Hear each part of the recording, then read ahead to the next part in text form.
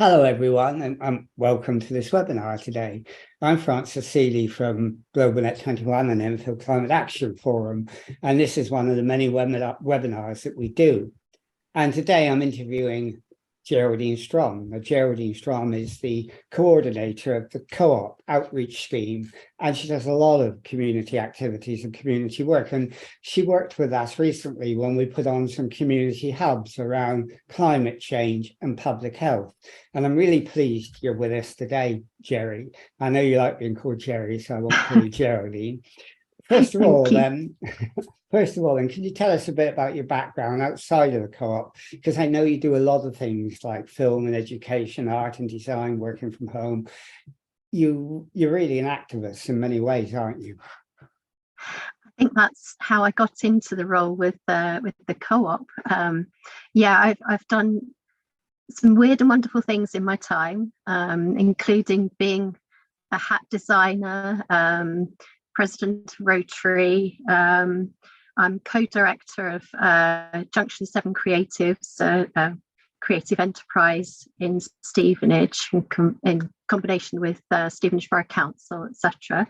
But yeah, I've done lots of things out in the community, and when I came across this role with the co-op of a member pioneer coordinator, it was perfect, absolutely perfect for me. Okay, well, tell us a bit about what the co-op outreach team is, what the coordinator is. What do you do? Gosh, that's a good one. I run a team, in fact, two teams at the moment of member pioneers. So these are community activists, community experts who work in their local communities to connect people, to make great things happen and to make their communities better. So I have currently about 21 member pioneers across South Beds, Hertfordshire, North London, Buckinghamshire, Northamptonshire a little bit as well. And I coordinate them. So I make sure that they've got the right training and help them to help their communities, basically. Okay, so you belong to the cooperative movement, the wider cooperative movement. Now, many people, particularly young people, may not know the background of that, the history of that. So without giving us a history book, can you tell us, or could you explain that a bit? I'll try. I think the most important thing to know really is that the main part of the cooperative movement really came about in 1844 with the Rochdale Pioneers, certainly from the co-op food group's perspective. These were people who were concerned about things not being fair for traders, for suppliers, for workers, etc. So they banded together, created the first cooperative, and everyone was a member. They paid £1, and that's why even today it still just costs £1 to become a member of the co-op. And through doing this, they ensured that everyone had a voice, and that's exactly what we've continued to do throughout all these years, to make sure everyone has a voice and everyone's treated fairly. Okay, so it's had a long history, and it's changed through small group in the Rochdale Pioneers, the CWS, and then it grew very widely. And now, in terms of your outreach team, anyhow, I gather that you run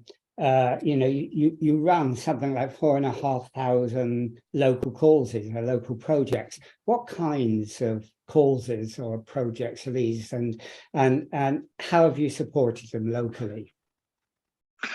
All manner of causes. So these are all not-for-profit groups. They don't have to be charities. They just have to be properly constituted groups with a project and with a bank account in the name of their group. And they undergo all the usual sorts of checks and things like that to make sure that they are properly constituted, etc.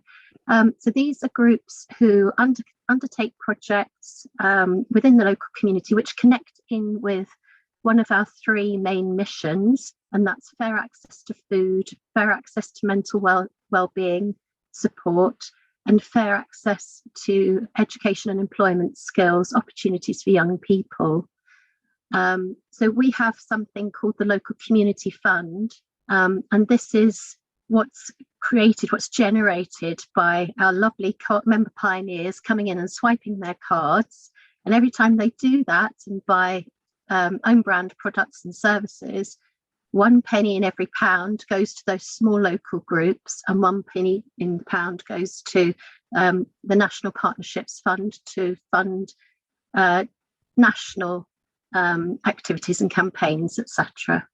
Well, you just mentioned. Does that answer your question? Yeah, that answers my question, and I'm sure we could say a lot more. But you mentioned your member pioneers, which you have quite a few of those, and I met Nadine, and just tell us what those pioneers do.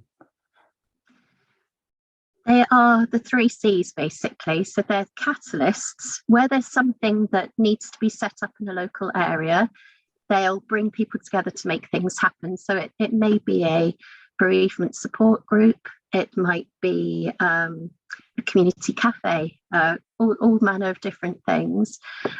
It's all about enabling other people to do things, because they only work 4 hours a week. So they can't be involved in absolutely everything, but they can be the catalyst to set things up. So they're connectors as well. As I said, they bring people together to make things happen, and also to enable those people to interconnect and to help each other. And they're communicators. So they shout about the things that are going on, because there are so many amazing things going on in little tiny bubbles all over the place. So the work of a member pioneer is really to bring people together and to put it all out on social media, publicize it, put it on Co-operate, our online community centre, and let the world know about it. Well, we met one of your pioneers, Nadine, at the community hubs we had, and what amazed me was the local knowledge she had and the contacts she had. How important is that for the work you do? Oh, it's absolutely crucial. We recruit for member pioneers in a very sort of localised way. They have to live within their community so that they've got a really good grasp and a good understanding of what's important to people locally and how they could make a really positive impact going forward. So it's really essential that they've got that local knowledge. There's lots of other things that we can do to help them with that. We've got something called the Community Wellbeing Index, for example, that anyone can access, and it gives a huge amount of data on the local community. But having that insider knowledge, like Nadine and Yasmin and all of the other amazing member pioneers have, is absolutely crucial. And if you wanted to, how would you become a member pioneer? Well, you need to go to the Co-op website, so coop.co.uk, and search for the member pioneer role there. Or I can certainly send some links to the particular vacancies that we've got at the moment. Okay, well, if anyone wants to know, we'll put them on to you, and you can tell them more about that, because it's a really interesting project or job to be involved in. Now, I mean, you're involved in a lot of projects in your outreach team, and one is reducing food waste, for example. That fits really well into the 1844 model, doesn't it, where they sort of came into being to stop people having adulterated flour in their products, and so and the co-op is about food in a way. Tell us about how you go about tackling food waste and working with groups on that. We all know that food retail stores have food at the end of the day that hasn't sold, but it's still in a good condition.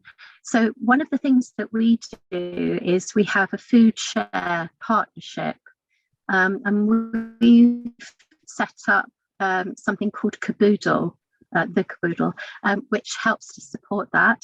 So what we do is we connect with groups like food banks, your local pantry, community fridges, things like that, to offer an onward life to this food, which might otherwise end up in landfill. Okay, and you also deal with well-being and mental health, don't you? I mean, in times of the cost of living crisis, climate change, and a lot more, there must be a lot of anxiety around. I mean, what do you do there? There's several things. There's lots of things actually going on in every community, really, which is what makes this so rewarding, really.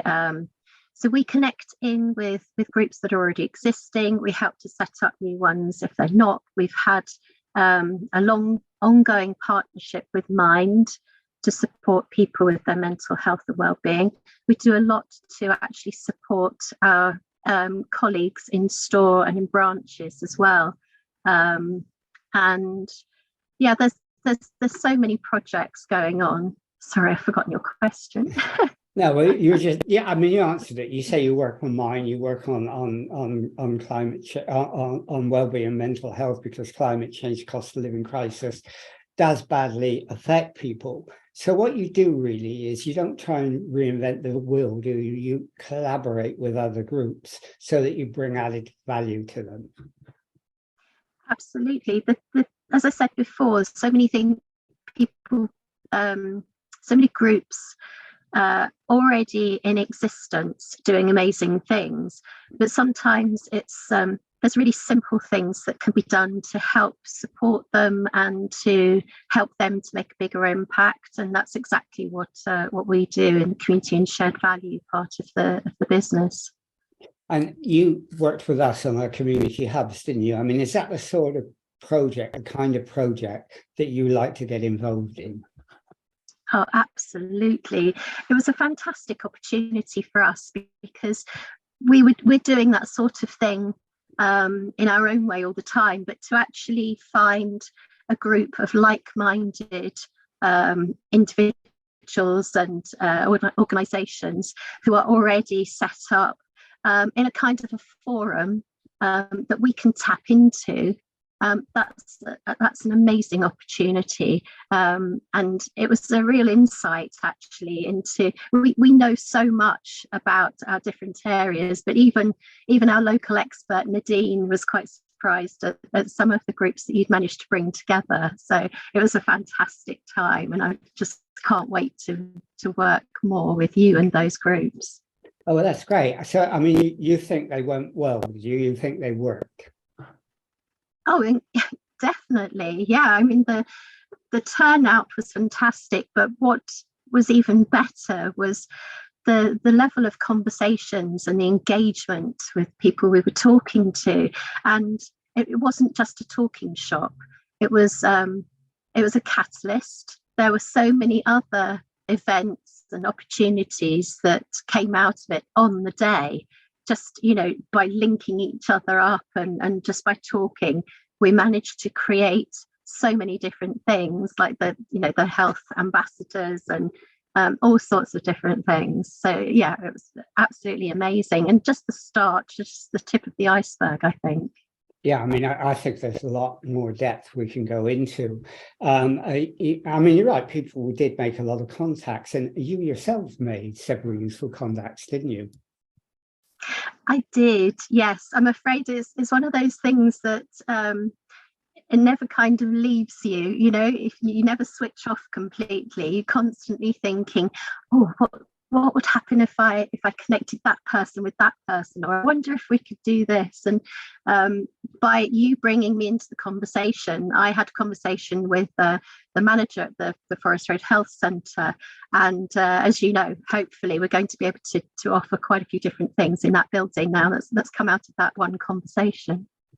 Well, I mean, that's great. And, I look forward to that, because it was great having it in the health authority premises. But one of the great things about it, and I mean, we worked hard to do it, was to get an intergenerational cross-community group of people together. How important is that? Because we don't always reach those people. We get the usual suspects, but we don't always reach people in the community, because very often we don't use the right methods. I mean, how important is it to try and do that, to get outside of the usual people, to get people in who don't normally talk to each other? Oh, it's absolutely essential. The value that we gained from listening to the young people that were there, the people that were representing, underrepresented groups as well, incredibly valuable. very little point in us talking amongst ourselves and, you know, just like-minded people, and it just goes round in circles and you don't actually achieve anything often. But by bringing these people in that have a voice, and they all say something different and something valuable as well, and we can't possibly all know how everybody else feels, and I think it's really important always to not do something for people without those people being involved, because unless you get people to buy in and you really find out what they need, it's not going to succeed. So I think that was one of the things that I appreciated most, I think, out of the experience of doing some things on the community hubs, because the young people there were just awesome, absolutely fascinating, really engaged, and full of amazing ideas, really bright, and it was really positive, such a positive event. Yeah, I mean, it was an attempt to do something from the bottom up, and although we had presentations, the bottom up part was the most important part. It was almost like community asset-based development, and I mean that was, I think, really valuable. You were also interested, weren't you, in the fact that a lot of people, young people particularly, but everyone, is suffering anxiety because of the growing dangers of climate change, and you know, we talked about climate cafes. You mentioned it already. Is that something you'd like to follow up on?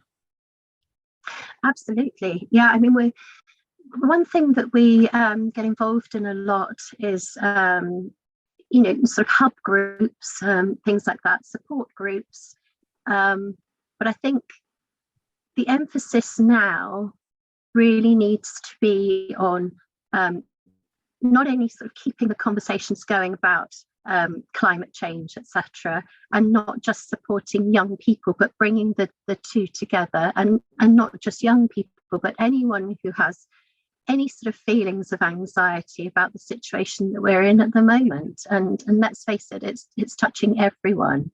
And I think if we can provide a space for people to discuss their issues and feel supported, and hopefully get in people who are real experts on the simplest things, the smallest things that can make a huge difference, I think it's going to be absolutely vital and definitely the way forward in every community. And it kind of connects in with lots of the other incentives and activities that are initiatives that are going on at the moment, like the warm spaces and things like that as well. Yeah, I mean, a lot of people at both hubs said they really like what was happening, and these should be regular events. We shouldn't have them as one-off. We should find a way of doing that so they become climate cafes plus, really. I mean, would that be a valuable thing to do, to get hubs going in different parts of the borough? Totally. I think everyone needs a focal point. A lot of us do things online. A lot of us never touch online and only do things physically. I think we need to try and work out a way to bring sort of both sides of the conversation together, and to keep that regularity, that safe space for those conversations, and those answers as well. And because each area is different and each area has its own needs and wants and capacities, etc., I think you have to have lots of these all over the place. You can't just have them here and there. I think it's going to be essential as a way forward. Yeah, I agree with you, and I think that's something that we need to look into, and it's really an outcome of those panels. And also we've learned that you've got to go and visit people as well. People won't just come to panels, you've got to go to groups. But just to go back to the co-op again, I mean, I gather you raised, not you personally, but the co-op has raised £117 million for local causes. Now, how is that money allocated, and how can communities get involved in that? I think it's important to say that, no, it wasn't me.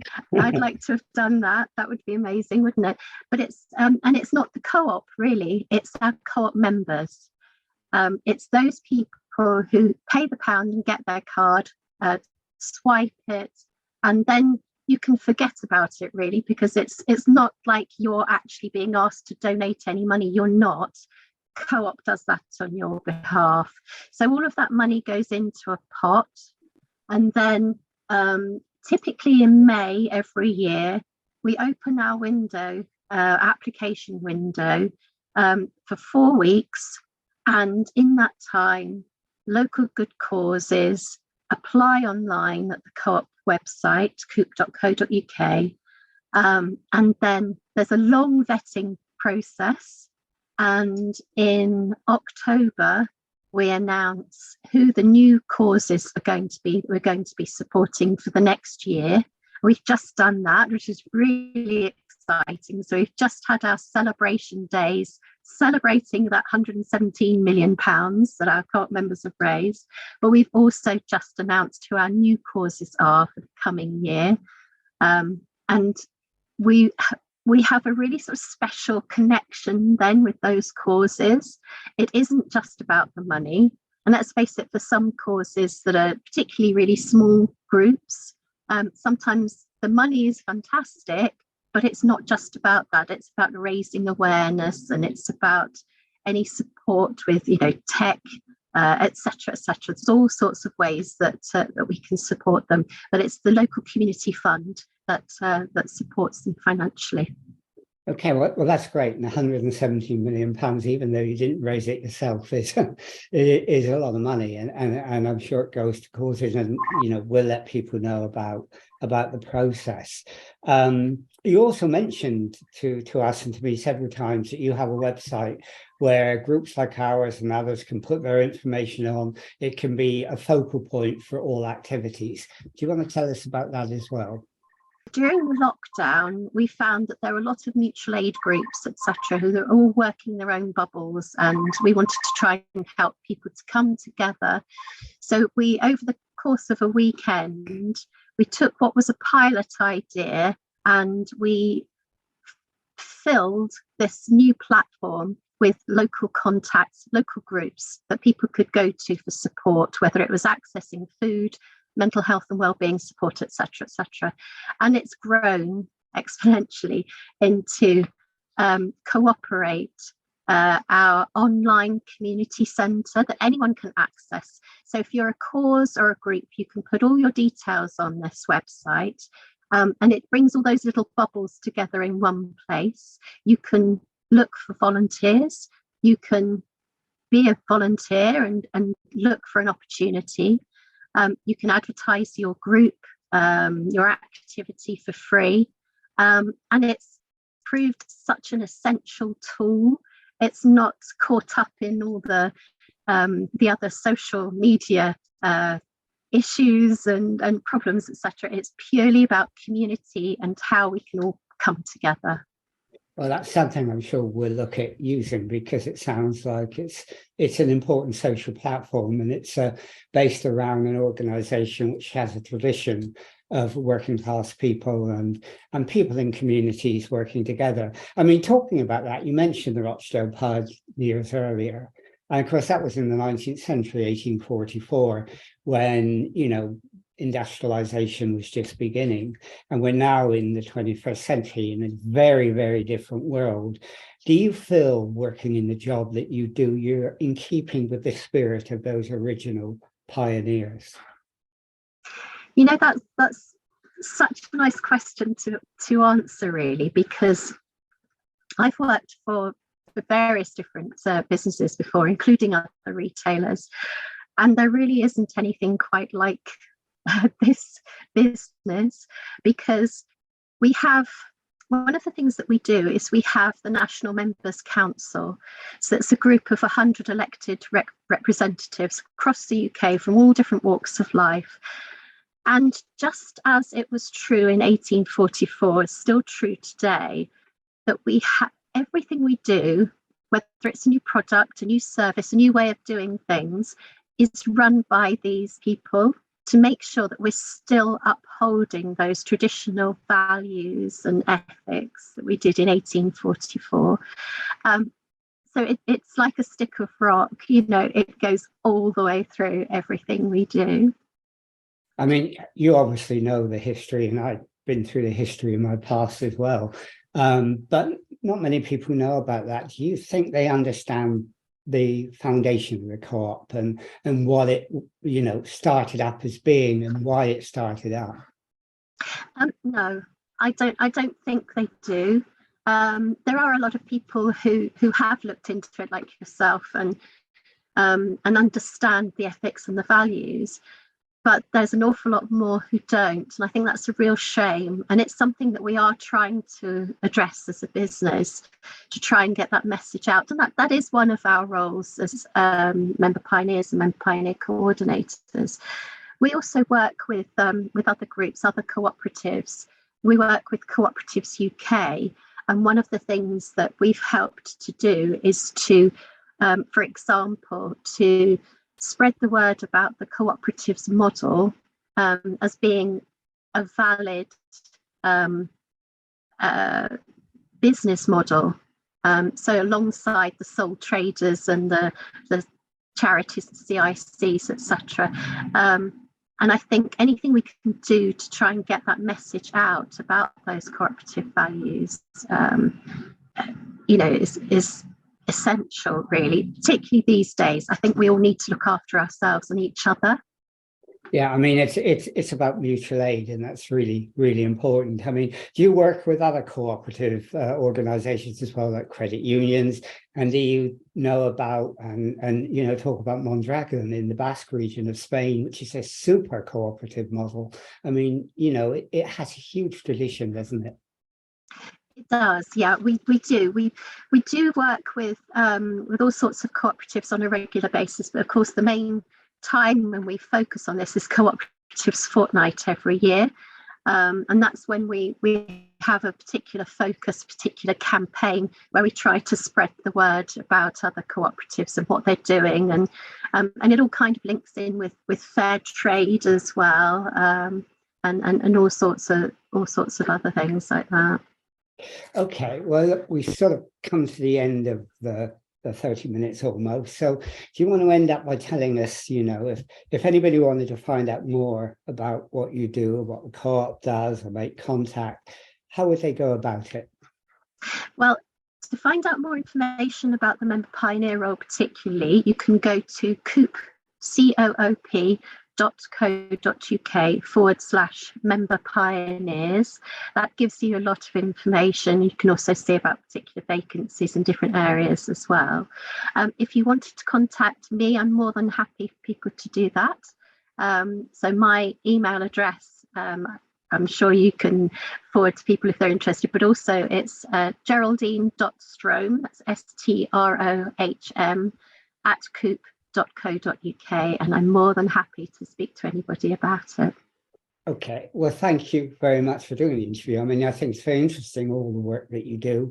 And I'm so glad you got involved with us in the community panels, because it helped to create a link with you and a link with others that was important. And you know, I know about the history of the co-op, and I've always admired what happened in the 19th century and the way the co-op has grown up. And so, I mean, as long as that spirit is kept alive, that spirit of mutual aid, I think it's really important. So thanks for telling us about what you do, because you're certainly trying to keep that spirit alive. So thanks, Gerry, for taking part today. And thank you. And we'll finish this interview now. Thank you.